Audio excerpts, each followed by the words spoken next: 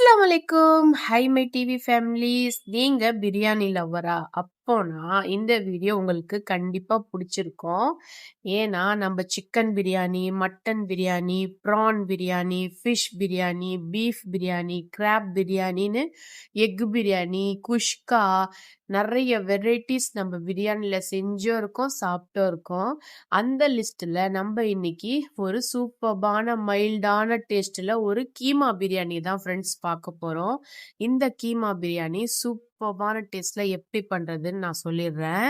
First நம்ம பாத்திரத்துல oil போட்டுக்கலாம், பட்டை லவங்கம் போட்டுக்கலாம், வெங்காயம் போட்டுக்கலாம். வதங்கிட்ட பிறகு இஞ்சி பூண்டு பேஸ்ட், தக்காளி, பச்சை மிளகா, புதினா, கொத்தமல்லி எல்லாம் போட்டுட்டு நம்ம கீமாவும் உருளைக்கிழங்கும் சேர்த்து போட்டுடலாம். மசாலாஸ் எல்லாமே ஆட் பண்ணிட்டு உப்பு போட்டுக்கலாம், தயிர் போட்டுடலாம், கொஞ்சம் தண்ணி போட்டு வேக விட்டுட்டு சைட் பை சைடா தண்ணி கொதிச்சுட்டு வந்த பிறகு நம்ம ஊற வச்ச பாசுமதி ரைஸ் போட்டு இதுவும் நல்லா உதிரியா நம்ம வடிச்சு எடுத்துக்கலாம்.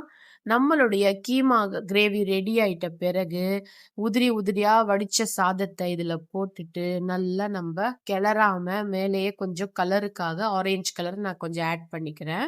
ஒரு 20 மினிட்ஸ் நம்ம தம்க்கு விட்டுட்டு அதுக்கப்புறமா ஓப்பன் பண்ணி நல்லா உதிரி உதிரியா பொல பொல பொலன்னு நம்மளுடைய கீமா பிரியாணி ரெடி ஆயிடுச்சு. எப்படி இருக்கு பாருங்க ஃப்ரெண்ட்ஸ். ரொம்ப கலர் போடாம மைல்டான கலர்ல சூப்பரா இருந்துச்சு. இது கூட நான் ரைத்தா வைக்காம புதினா துவையல் சட்னி தான் பண்ணியிருந்தேன். அல்டிமேட்டா இருந்துச்சு. மைல்டான டேஸ்ட்ல சூப்பர்பா இருந்துச்சு.